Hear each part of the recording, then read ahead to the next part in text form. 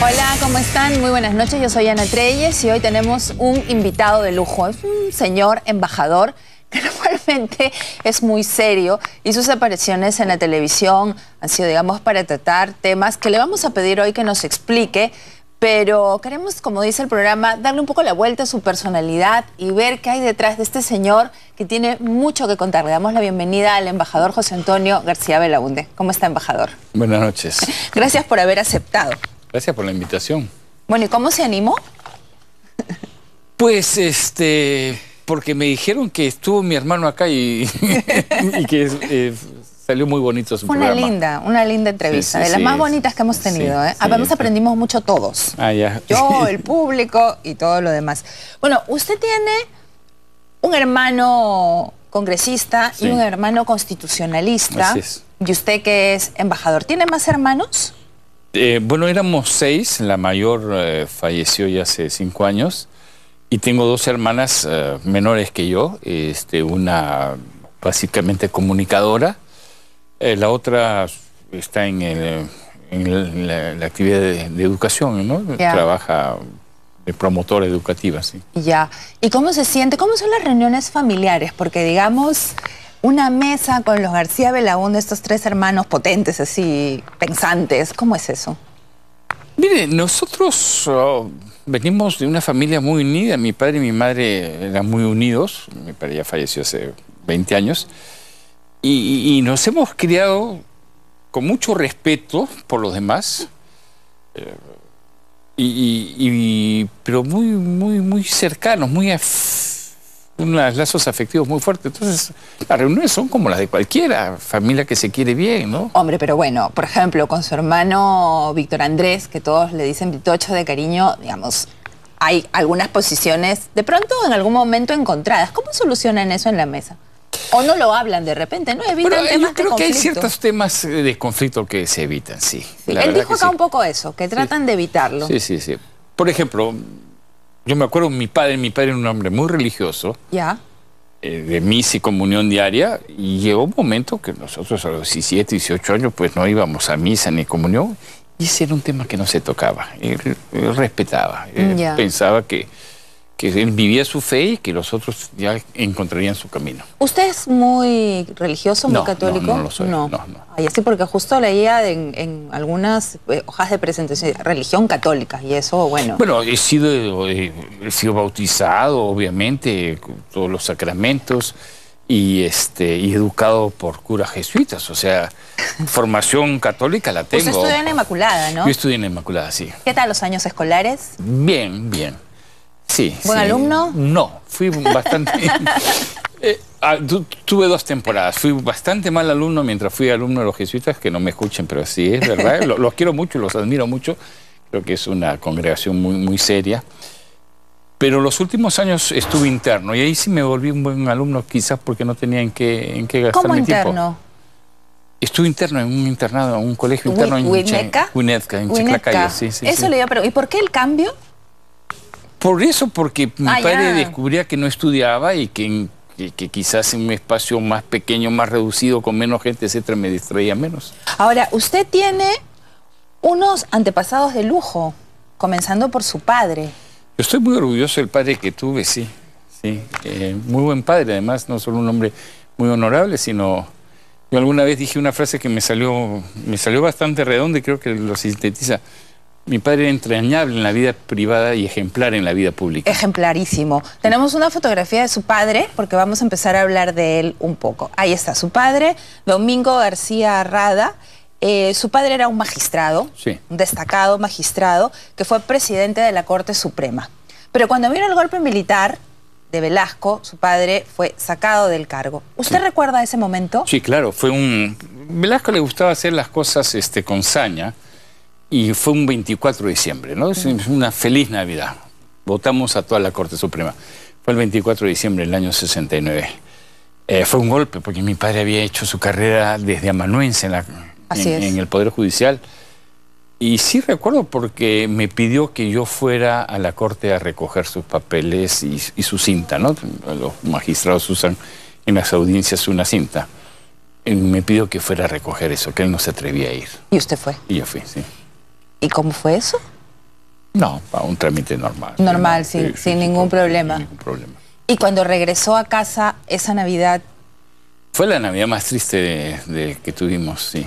Para su padre habrá sido un golpe. Fue un golpe muy severo. Al principio no salía de casa, porque eso vino además con insultos y, ¿no?, estos magistrados corruptos. Acá hay una nueva corte, gente íntegra, etcétera, etcétera.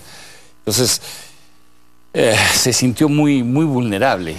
Ahora, había otro flanco de su familia, porque en el golpe militar fue depuesto su tío, sí, el presidente Belaúnde. Sí. ¿Usted qué hacía en ese momento? Bueno, yo ingenuamente había ido al centro a mis clases de inglés. Y claro, el centro estaba lleno de policías y gases.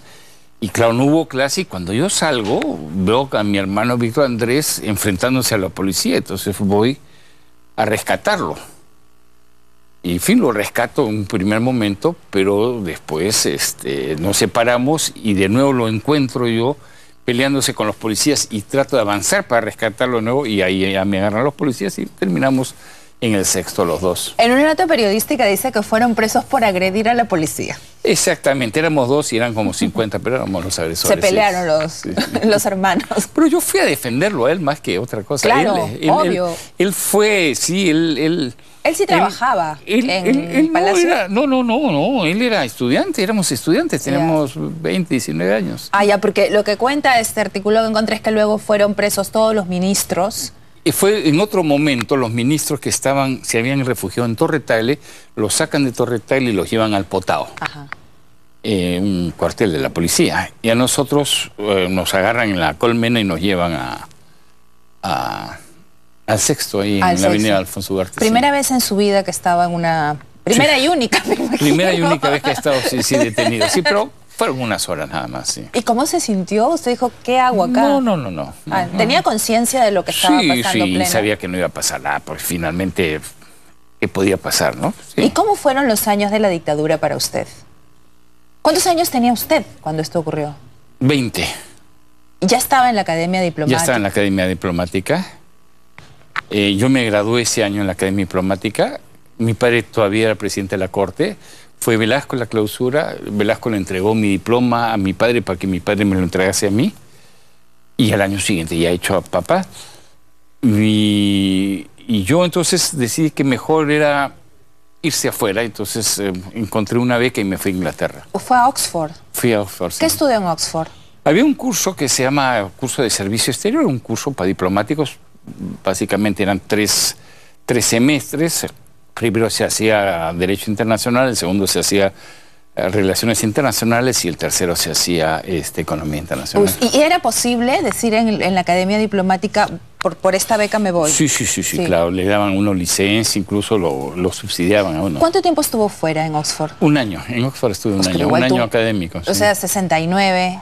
¿Qué año regresó a Perú? Regresé el 71, me fui el 70 y regresé el 71. Todavía faltaban años para que se vaya la dictadura. Sí, claro. ¿Cómo encontró el servicio diplomático?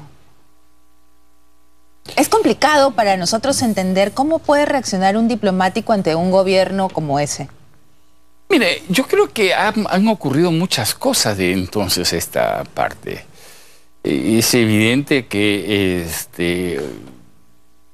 había el movimiento de Velasco, respondió también a un sentimiento de que el Perú tenía que cambiar, que habían reformas estructurales que hacer, etc. Y que fue un poco el motivo que permitió, que lo llevó a Belaúnde a la presidencia de la República del año 63, porque Belaúnde era la promesa de un gran cambio también, ¿no? Entonces, claro, juzgarlo desde la perspectiva de hoy puede ser uno muy duro. Juzgando de la perspectiva de ese momento, es cierto que había mucha gente que rechazaba una intromisión militar, pero había también un gran apoyo por esta especie de gran necesidad de cambio que había en la gente. No nos olvidemos que ya habían habido las primeras guerrillas en el Perú. Las primeras guerrillas son del año 65, donde está De la Puente y muere De la Puente, el poeta heroico, cosas por el estilo. Entonces, sí, ya había un fermento, y en ese sentido eran tiempos complicados, no muy democráticos, pero parecía, tampoco es que fuera una dictadura así como las del Cono Sur, ¿no? Donde mataban y desaparecían gente. Acá el enemigo lo echaban del país, Lo deportaban. Lo deportaban, sí. Bueno, de hecho su tío fue... Y mucha gente huyó, a periodistas como Dornelas, Sileri, etcétera. Mucha gente fue deportada, sí. Ahora, para el año 80, cuando ya volvió la democracia, su padre volvió a la actividad y luego fue nombrado miembro del Jurado Nacional de Elecciones, presidente del Jurado Nacional de Elecciones, y ahí sufre un atentado. Sí, el 85. El 24 de abril. El 24 de abril de 1985 lo interceptan en San Isidro. Sí. Fue muy dramático eso, porque si algo tenía mi padre, aparte de su honorabilidad, era un hombre muy bueno. Entonces uno como que no entendía cómo a un hombre bueno le podían hacer eso. Pero en la besanía de la gente Sendero, mi padre era motivo de una buena página, de buenas titulares. No estaba muy protegido, apenas tenía un escolta. Entonces atentar contra él y llevarse todos los titulares del diario y de la televisión en el momento era para ellos... Pero fue muy cruel. Fue muy cruel, fue muy cruel. Fue avaliado. Fue avaliado y salvó la vida. Ahora nunca fue el mismo, ¿no? Quedó disminuido. Sí, nos contaba su hermano que efectivamente quedó con secuelas. Quedó con secuelas. Él tuvo... una bala le rozó esta zona del cerebro, que es la zona de la iniciativa, ¿no? Entonces no perdió lucidez, pero perdió iniciativa. Entonces él no le hablaba a uno, él le contestaba. Entonces uno se daba cuenta que estaba lúcido y que entendía todo, pero era incapaz de hablar. Respondía a iniciativas, no tenía iniciativa. Pero era un hombre que no se rendía, o sea, igual... No, era muy fuerte, ¿no? Entonces sí, sobrevivió 9 años. Y de alguna manera fue muy doloroso, pero mi padre había sido muy bueno y muy generoso con nosotros. Entonces esos 9 años de alguna manera sirvió que nosotros le devolviéramos en vida lo que había hecho, ¿no? ¿Cuál es la lección más grande que le dejó su padre?